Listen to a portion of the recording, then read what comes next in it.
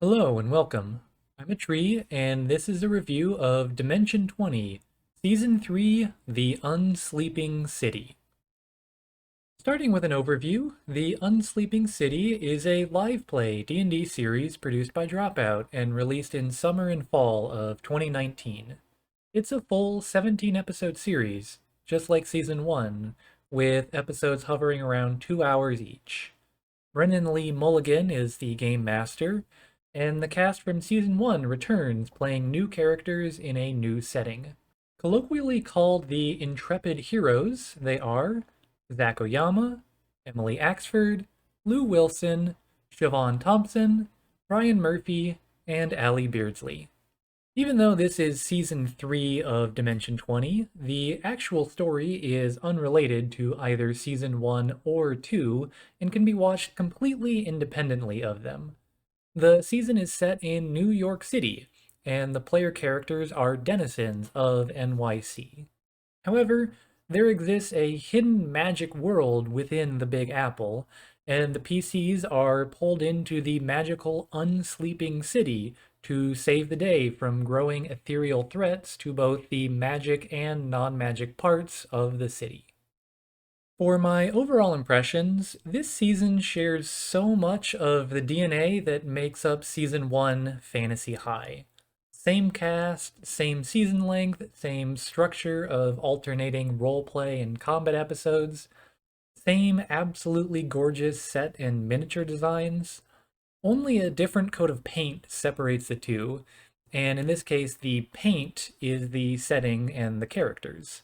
And when I say the setting is New York City, I mean New York City, not a made-up proxy. The characters go to real New York locations, and the story blends the fantastical and magical elements of the setting with real-world history of NYC. It's clear a lot of love and attention went into the details of the season, and most, if not all, of the cast has some personal connection to the city. Brennan especially has a clear adoration with New York City, and it really shows in how he portrays the good, the bad, and the weird of New York through the NPCs and world building.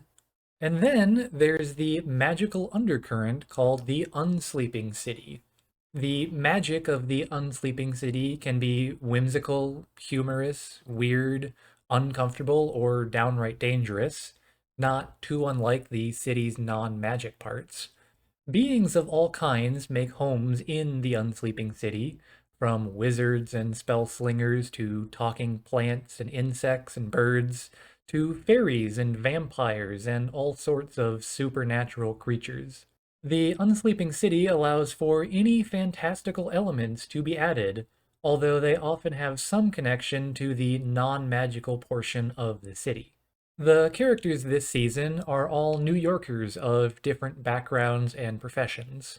A firefighter, a hairdresser, a doctor, a theater performer, a former finance guy, and a drug dealer. It's an interesting cross-section that explores how different people of different backgrounds and perspectives can still come together for a united cause. Some of the PCs start the story fully integrated into the magical Unsleeping City, but the other PCs get pulled in and get to experience the newness of the magical world along with the audience. The season is a lot of fun. Like Fantasy High, it's still a very comedic heavy season, but given the PCs are now adults instead of teenagers, they face more overtly adult issues in their personal character stories. The city is filled with a variety of other characters, both magical and not, and the presentation of the magical events of the story are a fun intersection of real-world events and magical imagination. For instance, the first combat of the season involves SantaCon, a real event that occurs in NYC, except this year some of the Santas are defective clones of the real Santa Claus, and they need to be taken care of before they endanger the inhabitants of the non-magical world. It's fun, funny, and creative, and I always wanted to see what fantastical thing would be happening next. Picking a standout PC for this season is hard, but I decided to go with Cugrash, played by Brian Murphy. Cugrash is a former finance guy who embezzled and cheated, who was then turned into a rat by a curse for his crimes. Now he tries his best to help the downtrodden to make up for past misdeeds. Murph's reputation for poor roles actually makes it more interesting for the viewer. While it certainly feels nice to succeed at everything all the time, having a player that rolls poorly and has to face the negative consequences often leads to more interesting character moments. Cugrash is a character that wants to do right, to make amend for past misdeeds, and to make the most of the life that he has left. But the dice don't always agree, because sometimes wanting forgiveness isn't enough to earn it.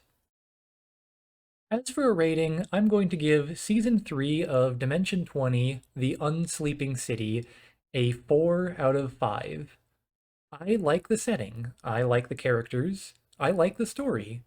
However, I have no personal affinity for New York City, so while I appreciate the love in the world building, this simply becomes just another piece of media about a place I have no personal connection to. The difference for me between a 4 and a 5 is a special X factor. Fantasy High's school setting had that for me, but The Unsleeping City doesn't. Someone from NYC or who loves the city might get more out of this season, but even if you're like me and have never lived there, it's still a solid season that's worth your time. All right, that's all for now. Thank you for watching, and see you next time for Season 4, Dimension 20 Live.